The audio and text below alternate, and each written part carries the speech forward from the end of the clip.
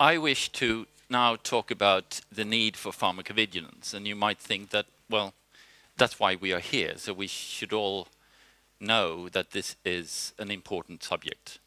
But during the introductions, you also learned that we are coming from very different backgrounds, and it's quite good to bring us all together with the same basis. And I wish to give some aspects of why pharmacovigilance is needed. I don't pretend that I'm providing all answers, all aspects, but I'm inviting you to add to the things that I will bring up. And as a general comment, I would like to say that if you have come here to get the full recipe on how to carry out pharmacovigilance, you will be disappointed, because we are not going to give you a recipe. We are going to give you aspects, proposals on how you might be able to carry it out, but it has to be adapted to your own situation, your country, your cultural environment, and so on. So you will not get points from 1 to 25. This is how to do it. You will have to make your own action plan, and that's what we are going to do at the end of this module 1. We are asking all of you to prepare your action plan. All right? So I'll start with my views of what pharmacovigilance is needed for. But I'd like to start with this quote from Nicholas Moore from British Medical Journal. Nicholas Moore used to be president of the International Society of Pharmacovigilance, and he made this statement: all drugs are dangerous. Some may also be useful. Do you agree with this statement? All right. I do too. Well, we know that all drugs have the potential of causing harm. Perhaps it would be better if we called them poisons rather than medicines. Perhaps we would treat them with more respect. It is a problem with the word medicine, because medicine, by design, is supposed to do good. And we don't expect them to cause harm. But they do have that potential.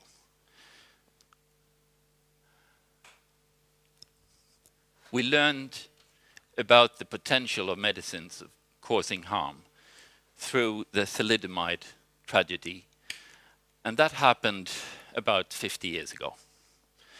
The first publication came in The Lancet by Dr. McBride, an Australian physician. You might want to write.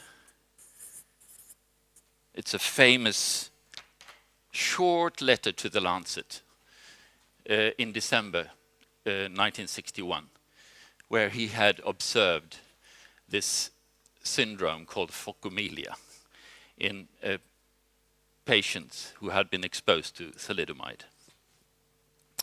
And when this evolved, we realized that some 10,000 such babies were born because their mothers had been exposed to thalidomide during a very short period of the gestation. I think it's somewhere between the 20th and 25th day after conception that you have a sensitive period that ends up with your hands being connected directly to the trunk or your legs, no legs. It's, of course, a terrible syndrome. And that was the starting point for a lot of processes around the world. Improved regulations, improved attention to the safety of medicines. And it also started a process that led to the establishment of the WHO pharmacovigilance pilot program in 1968. and Shanti Pal will talk more about that this afternoon. But if we woke up then, we still need to keep awake. Because these terrible effects of medicines are happening every day to hundreds of thousands of people around the world. And we started pharmacovigilance because of this, and we said, no more. We don't want this anymore. I was invited to a world conference of thalidomide victims 1.5 years ago in Brazil. And I was very sad to see that the youngest person there with this syndrome was 3 years old. We have failed. Okay? It's still happening. Thalidomide is back. It's been used over the years to treat some effects of leprosy, and now it's back also in the treatment of myeloma. And we have to be awake, we have to be alert, and we have to be vigilant.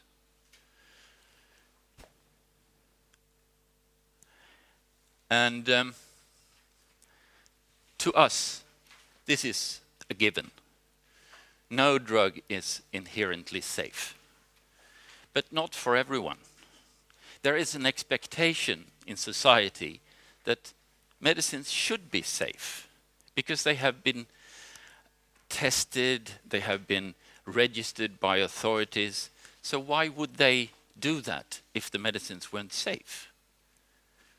Well, it's the nature of the science, unless they have no effect at all. But of course, by definition, they are no drugs. Drugs are supposed to have an effect on the human body. Another thing that we, of course, have to recognize is that each patient is unique, and each treatment situation is unique. And what is the right drug treatment for me might be the wrong choice, the wrong treatment for you. There is no one-size-fits-all here. We should remember and recognize that the normal treatment that's there in the books and the guidelines, it's based on studies of populations. And you know the normal distribution of populations. We have studied those in the middle and say, this is how you should use the medicine. But there are lots of people in the say, extreme values of the normal distribution who will react completely differently. And we have to keep that in mind.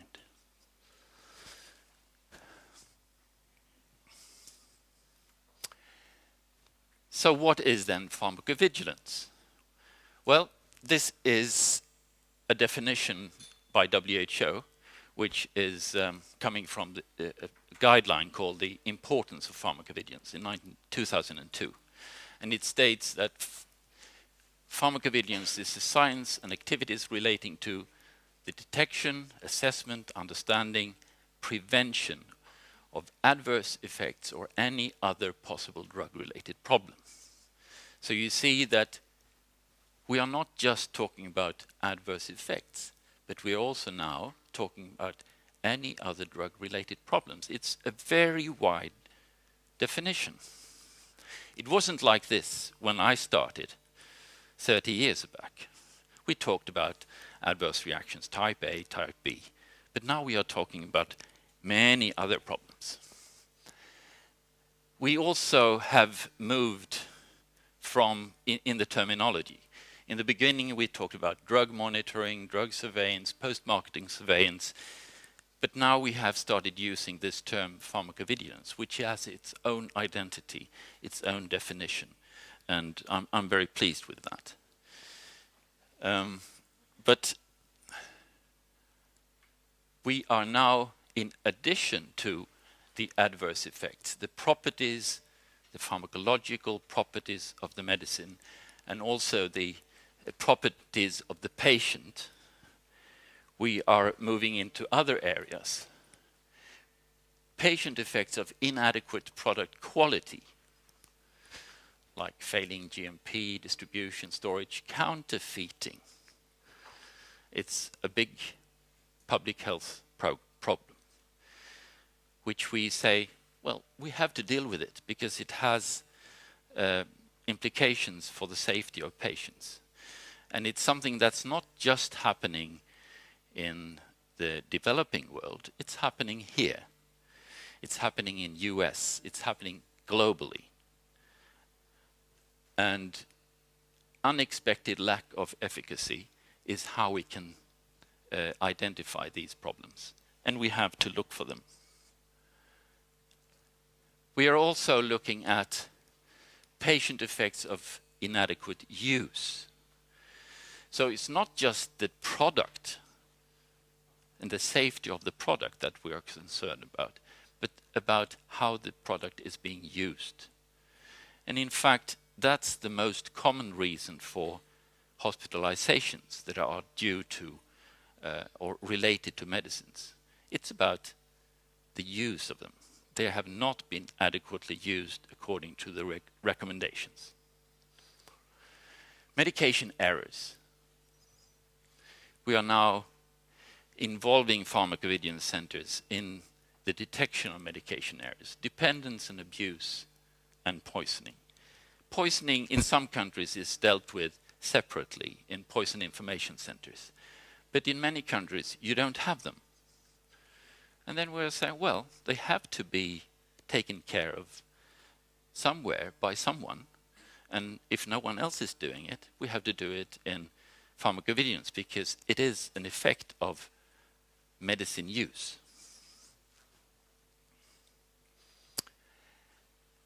And we are also getting involved in the safety challenges of mass treatment campaigns. Because these campaigns pose particular challenges for safety of patients, because you can very easily have rumors of unsafety of products circulating. And for example, in Ghana, you remember that very well, the deworming campaign in northern Ghana, which really had almost went very wrong because there were rumors about unsafety. And pharmacovigilance centers get involved and have to rapidly sort out what are the reasons. Is it really a product problem? Is it a problem with the program itself?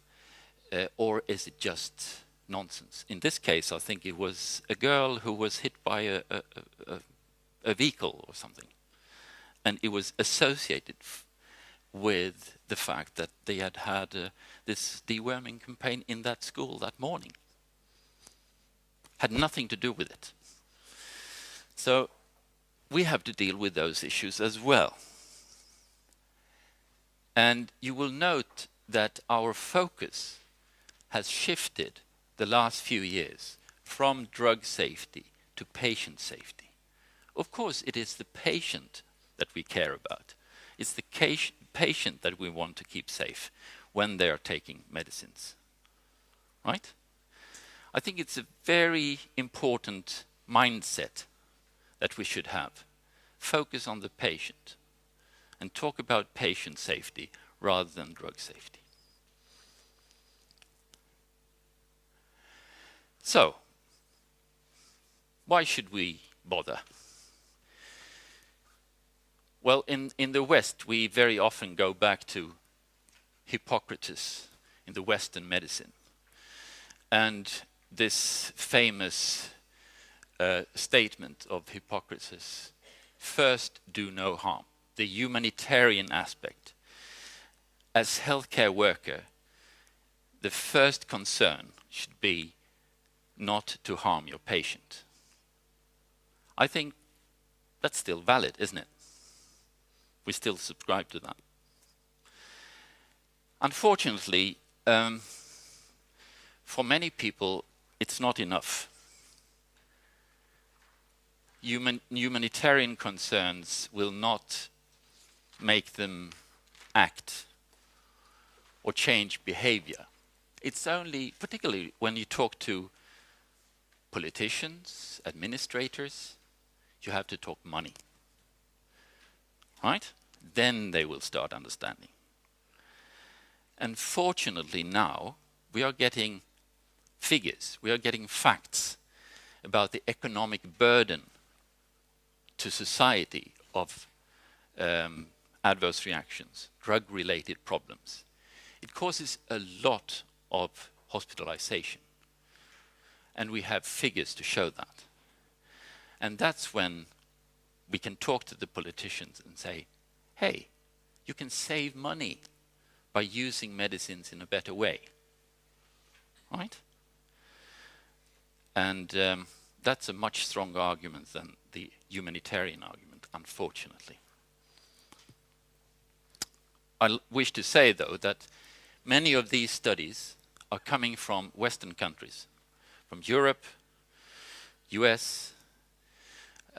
We have a few from other countries. I know of one from Morocco, I know from one from Colombia, I know one from Iran, I know a couple from India, one from Nepal, I know one such study from Thailand. But we need much more evidence from the developing countries about the burden of drug-related problems.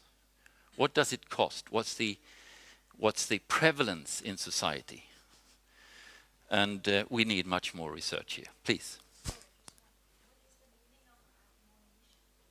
Oh, it's a statement. I mean, his plea that for a recommendation to healthcare workers. Thank you for asking.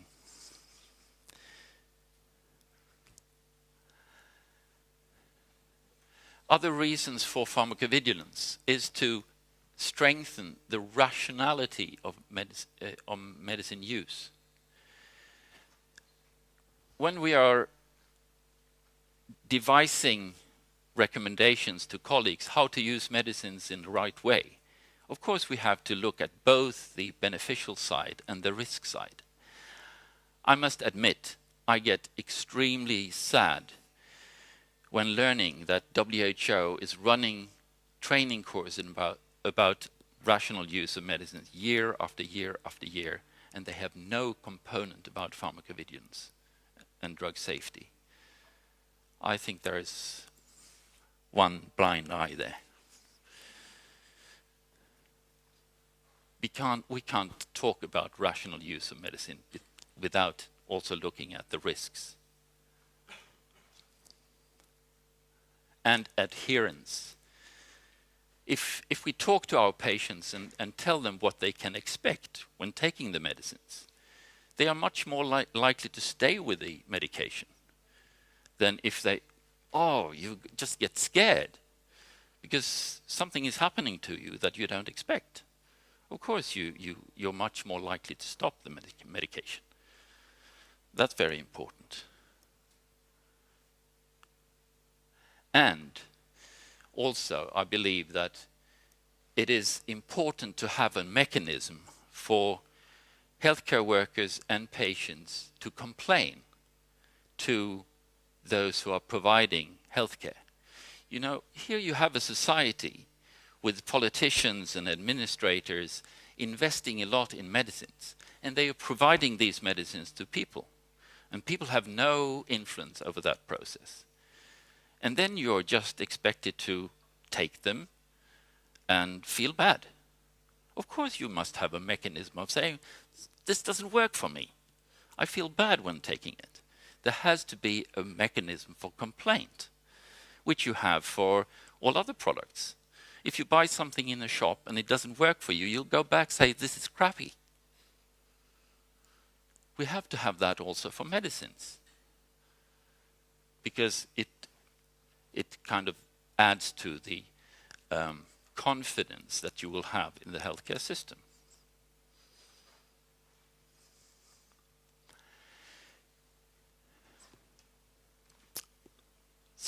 what do we normally do to find out about the risks of medicines?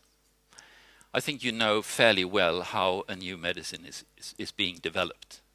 I mean, you start in pharmacology and we try to find out the interesting beneficial effects in animal models.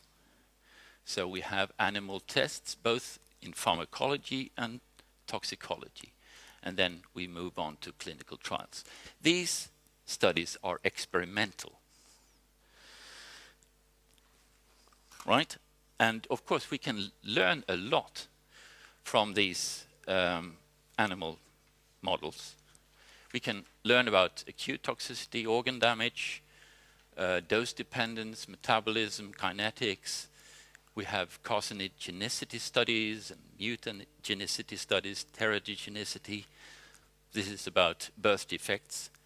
And of course, we can study effects in different species.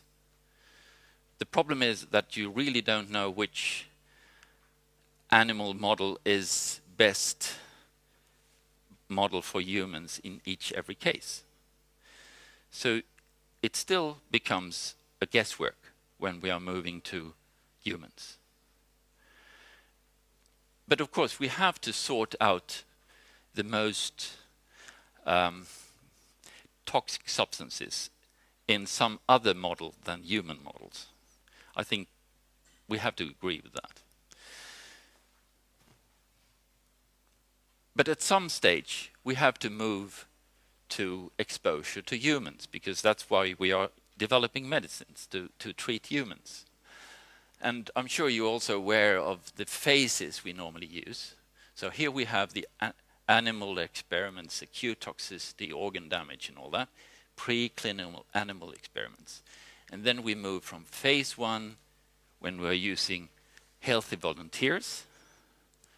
And here it says 20 to 50 healthy volunteers. If that looks good, we move on to phase 2, when we are exposing and using patients for the first time. 150 to 350 subjects. And then, if that works well, we move to phase 3, the larger scale treatment of patients. And here it says 250 to 4,000. I would say very rarely 4,000. And then when all this is taken together, we, as pharmaceutical companies normally, bring it all together and submit a registration. We apply for registration, or marketing authorization, as they say in Europe. All right, so isn't that good enough? Well, you will note here that if we add the number of patients here, say 50 plus 350, that's 400 plus 4,000 there. Maximum, that would be some 4,500 patients at the very most in clinical trial programs.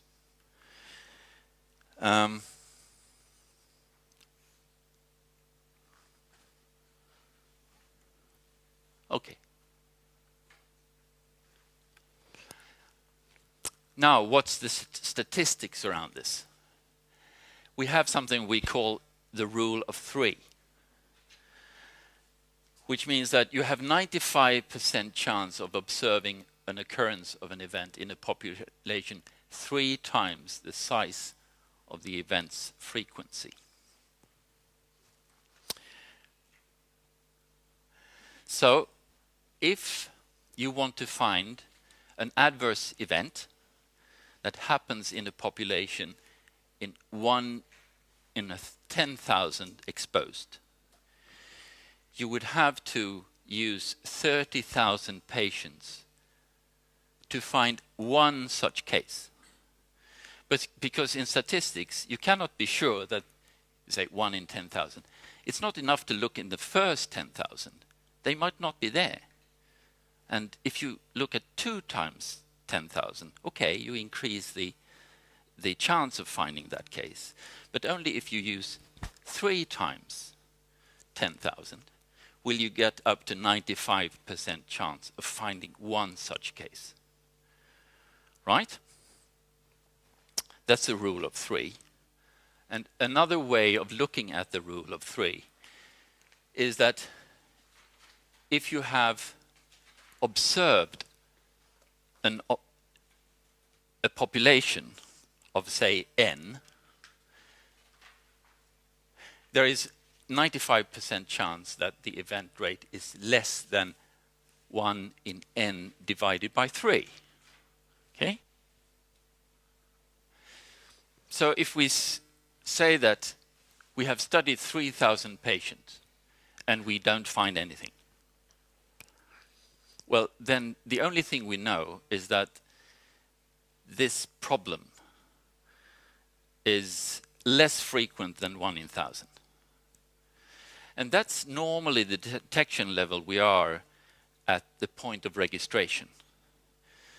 Clinical trials are normally indicating problems that are somewhere between 1% and 0.1%. That's the sensitivity of clinical trials. But for many specialty drugs in oncology or so on, they are using much fewer patients. And of course, the sensitivity is much less. So I think it's very important that we try to understand this. And I want to use an example which is currently debated very much in Sweden, in Finland, and around Europe. And it has to do with a vaccine called Pandemrix. And it's a vaccine used for H1N1 influenza. And it's marketed by JSK. And say they have performed a major clinical trial. And they say, we have exposed 10,000 patients. 1,000. And we have found no case of narcolepsy, which is the issue here. Narcolepsy is quite a serious issue. You can fall asleep just like that while driving a car or whatever you're doing. And if you become very upset, you can also lose your muscle control and you can just fall to the floor. So it's a serious issue. So if they have run a clinical trial on Pandemrix for 10,000 people, what does it say? And they didn't find any narcolepsy. What's the level of safety here? That's correct. Less than 1 in 3,300. Okay? It's 1/3 of, and that is 95% chance of finding one case. All right, so what would we need to do? Because the estimate from Finland is something like 1 in 12,000 exposed. How many patients would we need in a clinical trial to pick that up? In Swedish data, it's more estimated to be 1 in 20,000. How many patients would we need in a clinical trial to find one case? 36,000. It's more complicated than that, actually, because what we have found in registers is that it's only happening in children or young people below 19. And if we have 36,000 in a population, we have not chosen just young people under 19. So let's say we have 1/4 of those exposed in the clinical trials are in that age group. How many patients would we need altogether in the clinical trial to find one such case?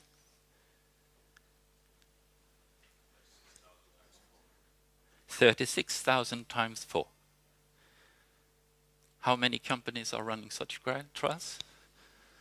We are almost in 150,000 people in a clinical trial to find one such case.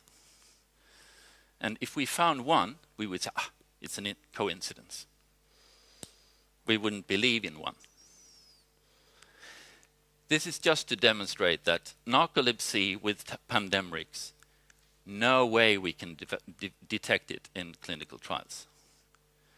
But because this has been used to vaccinate, in this country, the majority of the population, and very similar in Finland, we have exposed millions and millions. And then, by being vigilant, we have been able to pick this up.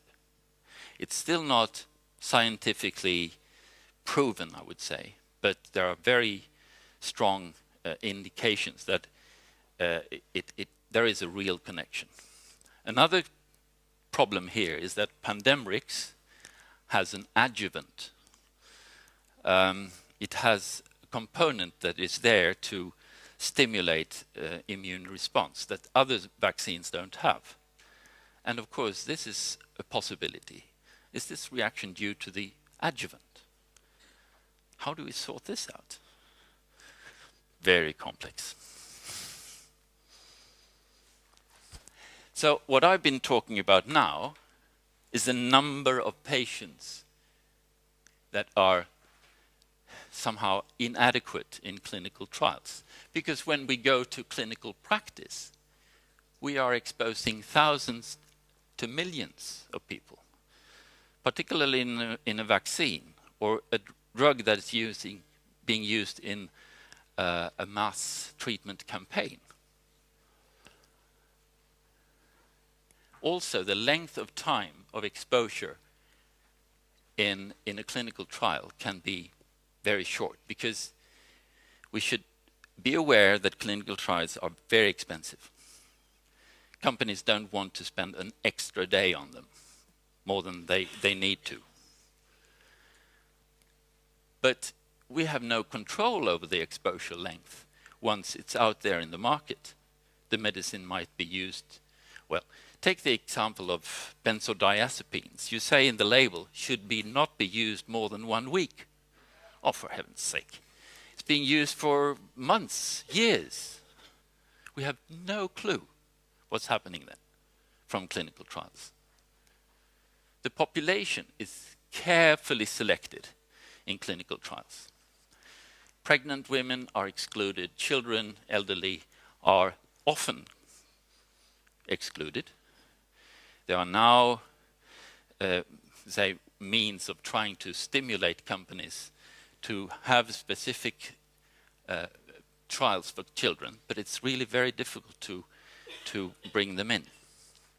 But in clinical practice, potentially they will all be exposed. Again, we have no studies. Other treatments, they are definitely avoided in the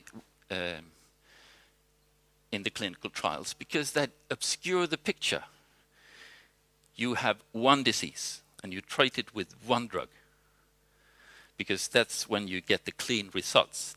Does it really work? If you have many diseases, other treatments, the whole statistical analysis becomes very complicated, and you don't do it. But of course, in clinical practice, people have all kinds of diseases. They take all kinds of drugs. They go to the market and buy herbal medicines, and there's a whole mix of other factors that we have no control over in the so-called controlled clinical trials. The dose, very fixed, might have 3 different dose levels when you're developing a medicine. In real practice, it could be very variable. We have no control again. And a lot of other conditions, rigorous follow-up, more information given to the patients. We make sure that they are actively followed up. But in clinical practice, they are very much left to themselves. And they don't get very much information at all unfortunately. So this is, again, just to demonstrate that clinical trials do not create all the information about medicine safety that we feel is needed. So medicines are not safe because they are registered and there is an authorization for marketing. We have to be very careful. And not only that, there's another factor here, and that is before, a lot of the trials were carried out in Europe on a white middle-class population, more or less, or in the United States. And then, on the basis of those trials, you are marketing the medicines in other populations, in other cultures. And we try to say, well, they were safe in European, so they must be safe for you. I don't buy that. There are lots of other factors that make us have good reasons to believe that the risk situation is different. Each population has a different risk situation. Now this is turning because clinical trials are much cheaper to run in India and in China and South Korea and Singapore. And now it's the other way around. We get the data from there for those populations, and it has to be translated to Europeans and Americans. But the issues are the same. Pardon? Well, I think the way out is to carry out trials in several different populations. And they are talking about bridging studies to kind of show what might be the difference in one population and another population. But you have to demonstrate that.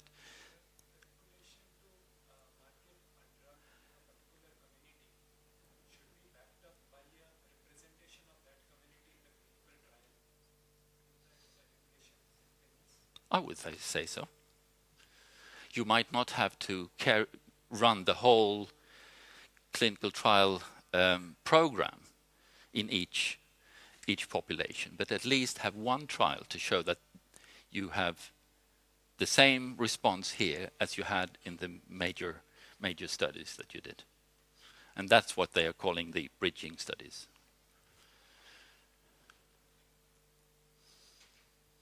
So effectiveness and risk are not necessarily the same in all populations. All right, now I'm going to change perspective. And I'm going to put myself first in the role of a health administrator or an authority. And what's the role of the authority when it comes to monitoring medicines? Well, you have to make sure that the medicines that are invested in, bought for a lot of money, are of good quality. I think we can agree on that. And they should be suitable for the intended purpose. You have an indication, and the medicine should be well suited for that indication. And that is based on an assessment of benefit and harm balance. And then we also have to make sure that they will be used according to good practice, science and experience, rational use of medicines. Only if we can assure these factors will we have a kind of good use for money from an authority point of view. If we turn the perspective around and look at it from the health practitioner, you're there and you're faced with patients on a continuous basis. And of course, each patient is a challenge. And what treatment this patient will get is dependent both on the knowledge of the healthcare practitioner, but also the therapeutic tools available to you. And of course, you can have a lot of different tools like diet and surgery. You can prescribe physical exercise, whatever.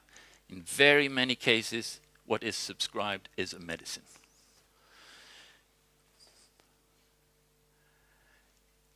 the issue here is that both knowledge about diseases, about how the human body works, is changing very rapidly. We are getting new knowledge all the time. And also about therapeutic tools. And for example, medicines. We are getting new medicines continuously.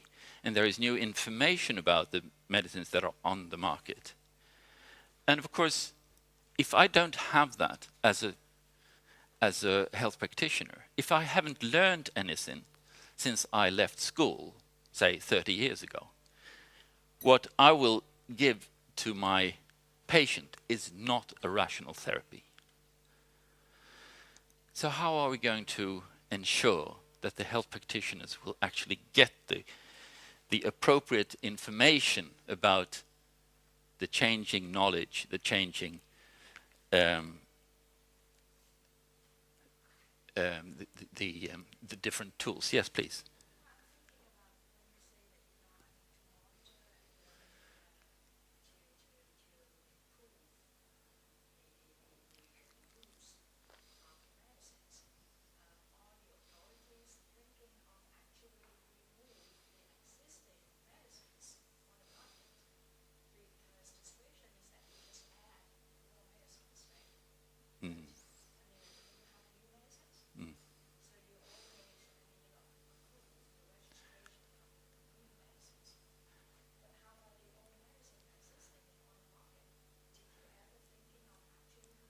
That's why pharmacovigilance is there. Yeah. By the end of these 2 weeks, you know how we are going to achieve that. Because that's exactly where pharmacovigilance comes in. We are there to monitor the safety of medicines on a continuous basis. This benefit-harm balance is not something you establish once and for all. It has to be continuously reassessed. And that's where this communication loop comes in. Because for the health authorities to know that the medicines are being of good quality, they are appropriate for their purpose, and they are correctly used, they can't just sit in their offices and guess. They have to get information. And they have to get information from health professionals. Get information and provide information.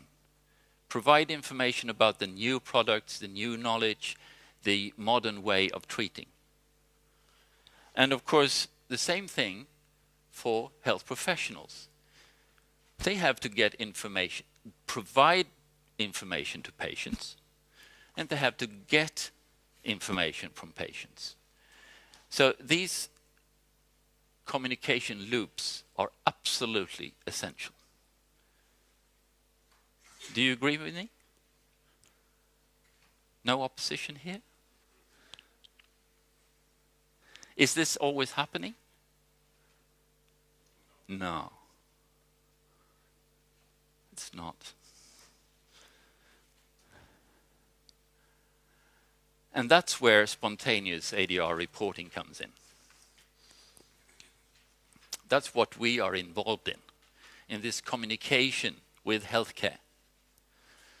Because we are asking the alert patients or healthcare professionals to be suspicious, to connect an undesirable medical event with a drug exposure. And that's where this suspicion is created, that maybe this rash or this ache that I'm having or the nausea or whatever, it's connected to the drug that I've taken. Maybe. It can stay with that maybe and that suspicion. That's all we need. We don't need any proof, no evidence. But if you are suspicious, you write it down and you send it to your pharmacovigilance center. And that's what we are there to take care of and turn into knowledge, right? So spontaneous reporting systems, the basis of pharmacovigilance in most countries, and allows for the collection and systematic analysis of adverse drug reaction reports. After the next break, I will talk more about spontaneous reporting. Now I wish to talk more about the evidence of the size of the problem. And as I said before, we now have some solid scientific data to show the magnitude of the problem of drug-related events. This is a classical publication, Lazarou et al. From JAMA in 1998. It got a lot of attention, and it's quoted very, very many times. And it is a meta-analysis where they have brought together 39 prospective studies from US hospitals. So it's about adverse reactions happening in hospitals. And they came to the conclusion that the overall incidence of serious ADRs is 6.7%, and the overall incidence of fatal ADRs, 0.32%, which translates to 106,000 individuals per year dying from adverse drug reactions. And that puts ADRs between the fourth and the sixth leading cause of death. And that was actually quite shocking. No one realized that it's this frequent. It's never in any statistics about the highest causes of mortality, because then we are talking about cardiovascular diseases and diabetes and all those things. These are happening silently on an everyday basis, and we are not counting properly. Here's another study carried out, and also it's a very well-made study from England, Pierre Mohammed et al. From 2004, a prospective study, and they came to the conclusion that 6.5% of hospital admissions were due to ADRs, adverse drug reactions. And that occupies 4% of hospital bed capacity, 0.15% fatality, and what about this one? Huh? 70% avoidable.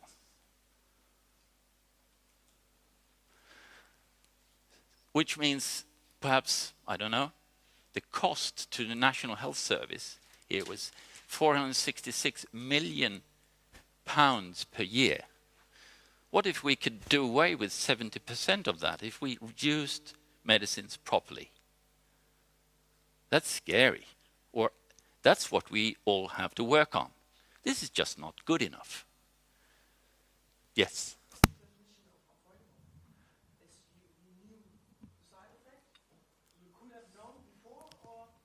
It's something that we know about already. The question was, what's the definition of avoidable? Of course, to be absolutely sure, you have to go back to the paper. But it is something that is already known there in the label, interactions that we know about, for example, stuff like that.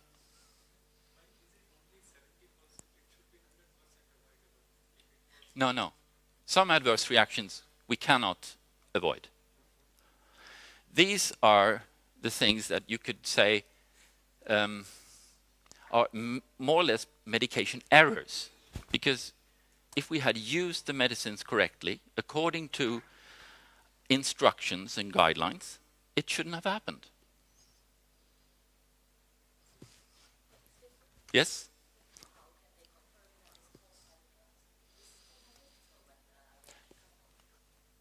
Of course, it's all a matter of some judgment. How can you know for sure that it's caused by a drug? And as we will see when we come to causality assessment, that's on Thursday and Friday.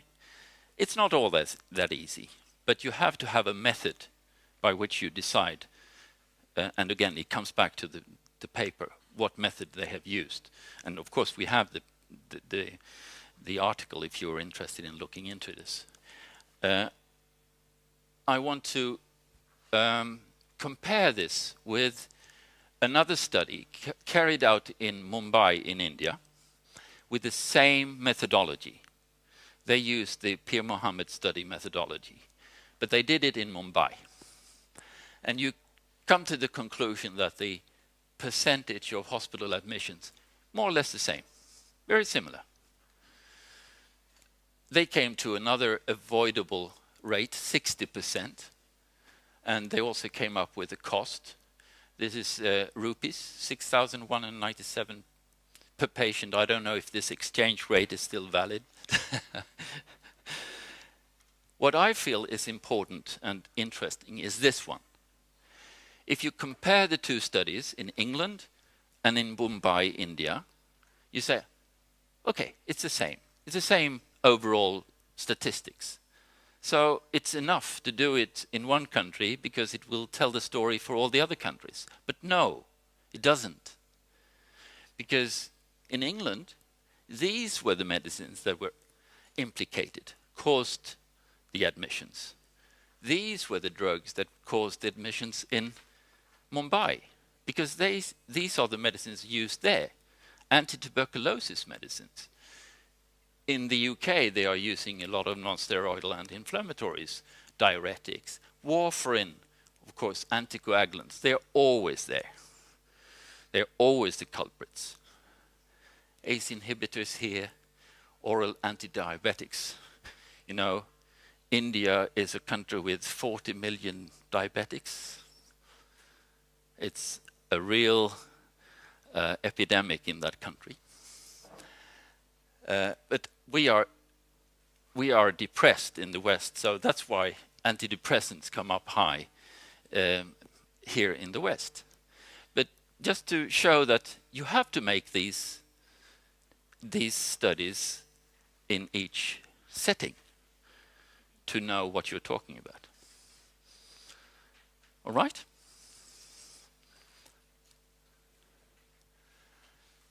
If we then go to the costs of adverse reaction, yes, please.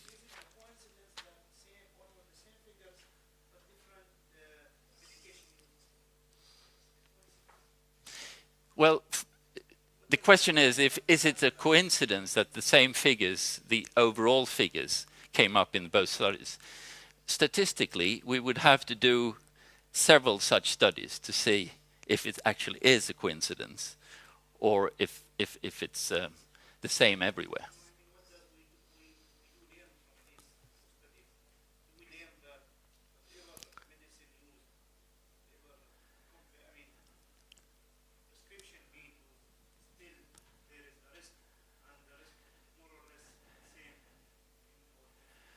Well, I don't think it's easy to draw that conclusion that it's the same in all countries.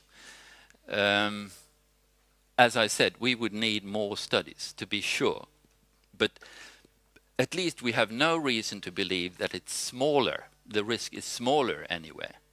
And of course, the problem is that in most countries we don't have the evidence, we don't have the figures at all. And the right conclusion from no data is not that there is no problem. It's just we haven't looked. We haven't studied it, and we need to study it.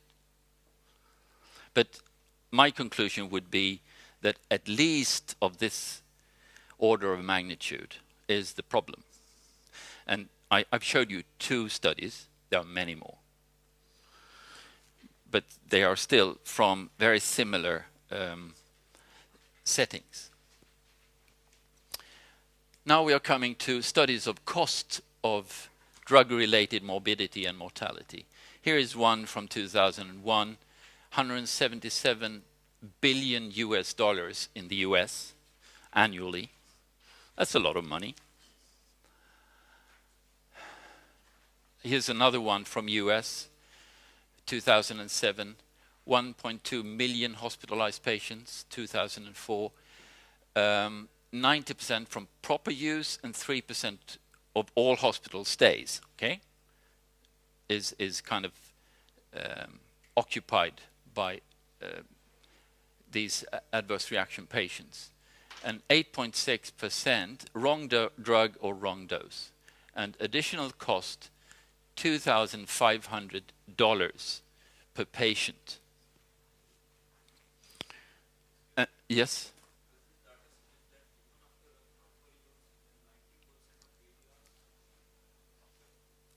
Well, the conclusion is that the 90% of these hospitalized patients ended up in hospital because of proper use, yes. So,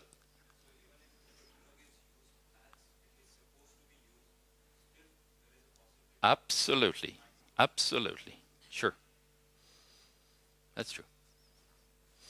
As I've said before, we cannot avoid all adverse reactions. No way. If we want to treat, there is always a certain risk of adverse reactions, and also serious ones.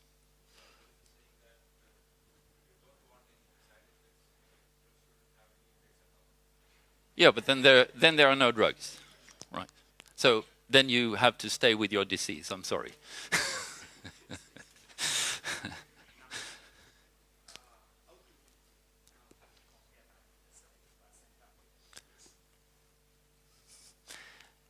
The issue is, how do we compare this with the other one saying that 70% is avoidable? Well, we really have to go into the methodology and look what have they been studying. I haven't done that, so I can't explain it. It doesn't match, does it?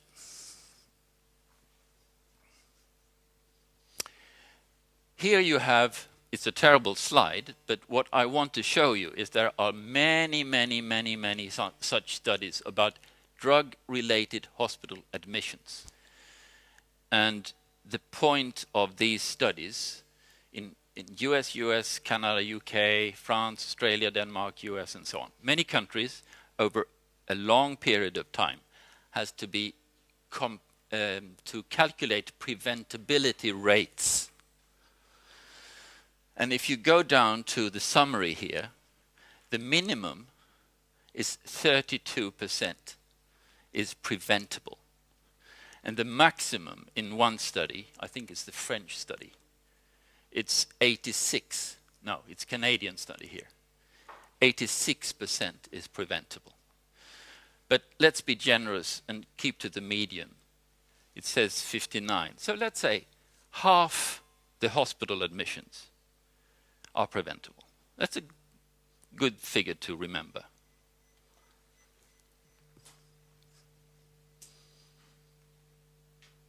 Now I want to talk about, I've got 45 minutes, another completely different issue. And I want you to figure yourself in an empty street in your hometown an early Sunday morning, right?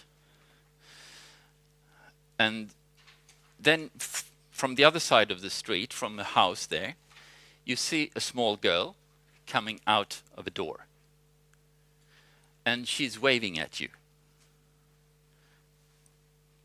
And you wave back, and you see that she's about to come over on your side. And then you notice there is a car coming, approaching her. And my question is, what do you do? Stop? Shout? Yeah, I would do that. How many would stand there and say, wonder what's happening here? This can be very interesting. How many would do that? I hope no one. Right.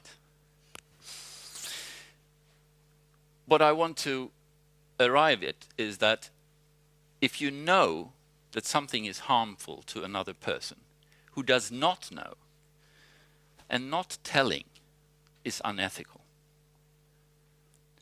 Ethics is a bit, you say, cultural dependent, but I have found that most people feel that, yes, it is our moral duty to warn if there is a danger to another person. You can't just stand there and see what's happening. And I think you know where what I'm getting at. Of course, there's a difference if you know for sure that there is a risk and it's imminent, or if you have a suspicion. If it's just a suspicion, it's less mandatory somehow. Or if the other person should have known. If it's an adult person coming out there who should know that before you cross the street, you look to the left, you look to the right, and you look to the left again, and all that. And then, of course, the seriousness of the threat. But the strange thing is that for most of us, somehow distance plays a role. If it's something that's threatening our immediate family member or a neighbor, we are more likely to warn or do something. But if you think about it, the risk is if it's happening to someone, another human being across the globe, there's really no difference. You have to warn anyhow. So not reporting a serious unknown reaction is unethical. That's my conclusion. And it's valid for everyone.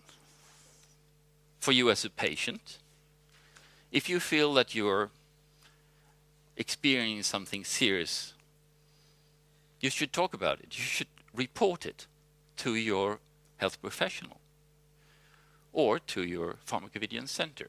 If you're a health professional, it's the same thing. If you're a manufacturer, it's the same thing. If you're an authority and you have found a serious issue that is threatening to people, of course you have to act on it. You can't just sit on it. It's unethical. Yes?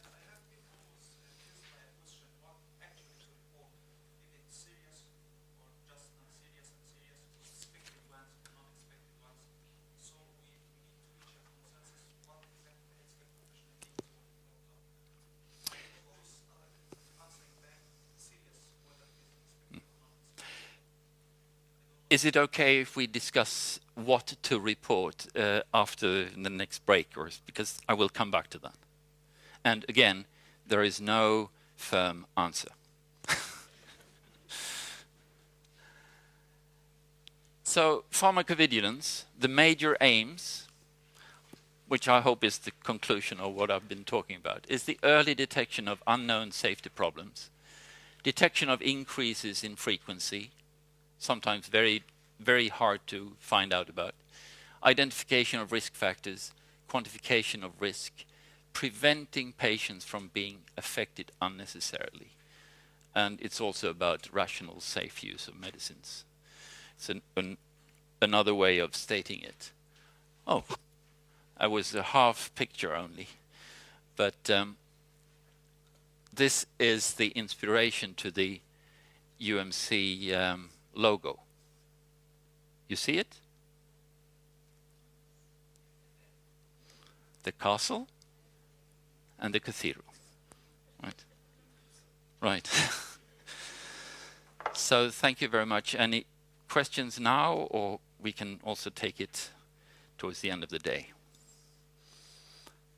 Then we'll take a short break and I will then talk about spontaneous reporting. Okay?